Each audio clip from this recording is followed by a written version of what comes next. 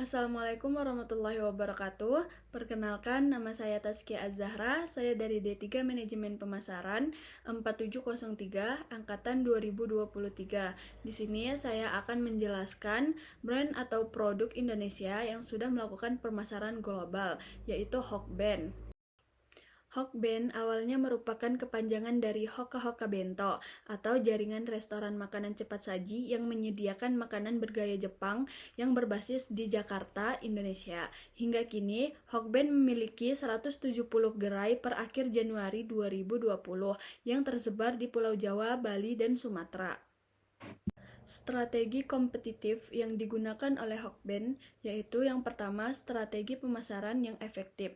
Hokben telah mengimplementasikan strategi pemasaran yang sangat efektif dalam membangun merek mereka. Salah satu strategi yang berhasil adalah pemanfaatan media sosial sebagai platform promosi utama. Dengan kehadiran aktif di media sosial seperti Instagram, Facebook, dan Twitter, dapat terus berinteraksi dengan pelanggan dan calon konsumen mereka secara langsung. Mereka memanfaatkan postingan gambar dan video yang menarik, mengunggah selera, dan mengajak pelanggan untuk datang dan mencicipi hidangan-hidangan lezat Hoka Hoka Bento.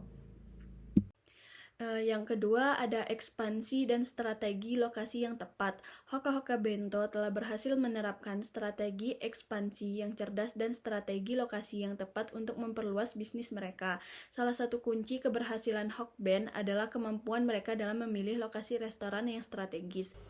Dengan membuka gerai di pusat perbelanjaan, mal, pusat perkantoran, dan lokasi lainnya yang ramai, Hokben dapat menarik lebih banyak pelanggan potensial yang berada di daerah-daerah dengan lalu lintas yang tinggi. Yang ketiga, konsistensi dan keandalan dalam penyajian. Hoka Hoka Bento memang memiliki keunggulan yang luar biasa dalam konsistensi dan keandalan dalam penyajian makanan.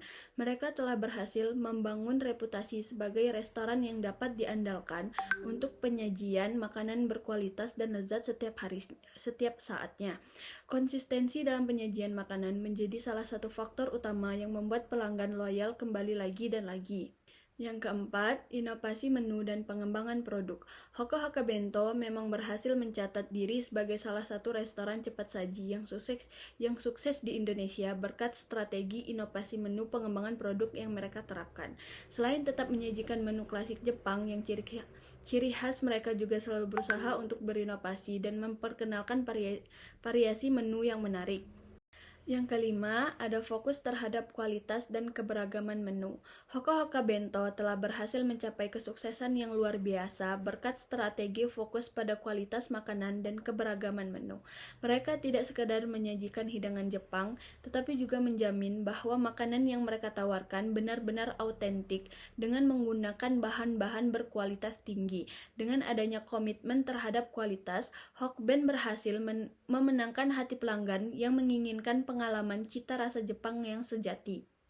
Dan yang terakhir, ada pelayanan pelanggan yang unggul dan responsif.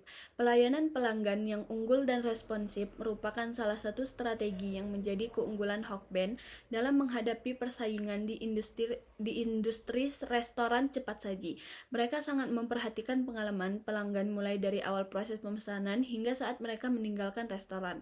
Hal ini mencerminkan komitmen untuk memberikan layanan yang berkualitas dan memuaskan. Saing dari Hokben yaitu Yoshinoya. Apa sih perbandingan dari Hokben dan Yoshinoya?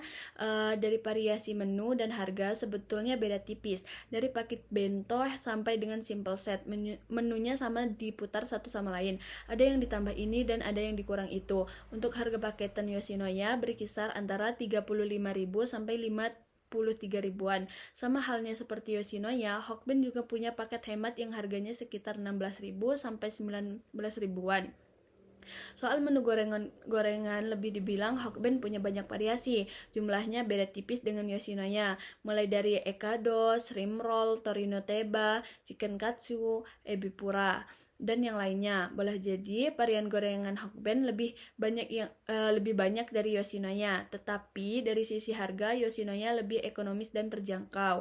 Harga menu gorengan Hokben berkisar 25.000 sampai 34.000-an, sedangkan Yoshinoya mulai dari 17.000 sampai 34.000-an.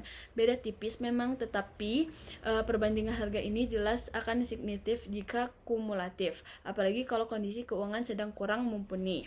Di sini saya akan menjelaskan SWOT yang digunakan oleh Hoka-Hoka Bento atau yang disebut Hokben. Yang pertama ada kekuatan. Salah satu kekuatan paling mencolok dari Hoka-Hoka Bento adalah cita rasa makanan yang autentik dengan menggunakan bahan-bahan segar dan dipersiapkan oleh hoki berpengalaman. Hoka-Hoka Bento mampu membuat hidangan Jepang yang benar-benar lezat dan memanjakan lidah para pelanggannya. Tidak hanya itu, pelayanan pelanggan yang ramah dan efisien juga menjadi kekuatan utama mereka. Restoran ini selalu berusaha memberikan pengalaman bersantap yang menyenangkan bagi setiap pengunjungnya. Yang kedua ada kelemahan. Namun seperti halnya bisnis lainnya, Hoka-Hoka Bento juga memiliki beberapa kelemahan yang perlu diperhatikan. Salah satunya adalah keterbatasan variasi dan menu mereka. Meskipun makanan mereka enak, beberapa konsumen dapat merasa bosan dengan pilihan yang terbatas jika mengunjungi restoran tersebut secara teratur. Selain itu, beberapa pelanggan juga mengeluh tentang harga makanan yang dianggap agak mahal dan dibandingkan dengan restoran cepat saji lainnya. Peluang dari Hoka-Hoka Bento adalah dalam beberapa tahun terakhir, minat masyarakat Indonesia terhadap makanan Jepang terus meningkat. Hal ini menciptakan peluang besar bagi Hoka-Hoka Bento untuk terus tumbuh dan berkembang. Restoran ini dapat memanfaatkan tren ini dengan menambahkan lebih banyak variasi menu yang autentik, serta memperluas jaringan restoran mereka ke daerah-daerah yang belum terjangkau. Selain itu, dengan berjalannya waktu, masyarakat juga semakin sadar akan pentingnya gaya hidup sehat dan restoran ini dapat memanfaatkan peluang ini dengan menawarkan pilihan menu yang lebih sehat dan bergizi. Yang terakhir ada ancaman. Seperti yang terjadi pada bisnis lainnya, Hoka-Hoka Bento juga menghadapi beberapa ancaman. Persaingan dalam industri makanan cepat saji semakin ketat. Dengan restoran-restoran baru berbunculan setiap tahunnya, hal ini dapat mengancam pangsa pasar Hoka-Hoka Bento dan membuat mereka kehilangan pelanggan. Selain itu, meningkatnya kesadaran akan pola makan yang lebih sehat juga dapat menjadi ancaman bagi restoran ini, terutama jika mereka tidak mampu menawarkan pilihan menu yang sehat dan bergizi yang sesuai dengan tren tersebut. Hokben bukan hanya ada di Indonesia saja, namun juga ada di luar negeri seperti Filipina dan Tiongkok. Proses internasionalisasi yang dilakukan oleh Hokben yaitu dengan cara yang pertama penelitian pasar. Perusahaan akan melakukan penelitian pasar untuk memahami apakah produk atau layanan mereka sesuai dengan referensi konsumen di pasar internasional. Ini mencakup analisis persaingan, identifikasi peluang, dan pemahaman terhadap regulasi lokal. Yang kedua ada adaptasi produk dan layanan. Produk dan layanan perlu diadaptasi agar sesuai dengan selera dan kebiasaan makanan lokal. Ini dapat melibatkan modifikasi menu, penyesuaian resep, atau pengenalan produk baru yang lebih sesuai dengan pasar target. Yang ketiga, partner strategis, kerjasama dengan mitra lokal atau investasi dalam joint venture. Selanjutnya ada strategi yang dilakukan Hokben dalam pemasaran global menurut Kak Egan, yaitu ada pemahaman pasar global, melakukan riset pasar menyeluruh untuk memahami kebutuhan dan preferensi konsumen di berbagai pasar global. Hal ini melibatkan pemahaman mendalam terhadap budaya, tren makanan, dan perilaku konsumen lokal. Menyesuaikan produk atau menu dengan kebutuhan dan selera lokal. Hal ini bisa mencakup penyesuaian rasa, ukuran porsi, atau bahkan penambahan menu khusus sesuai dengan kebiasaan makanan setempat.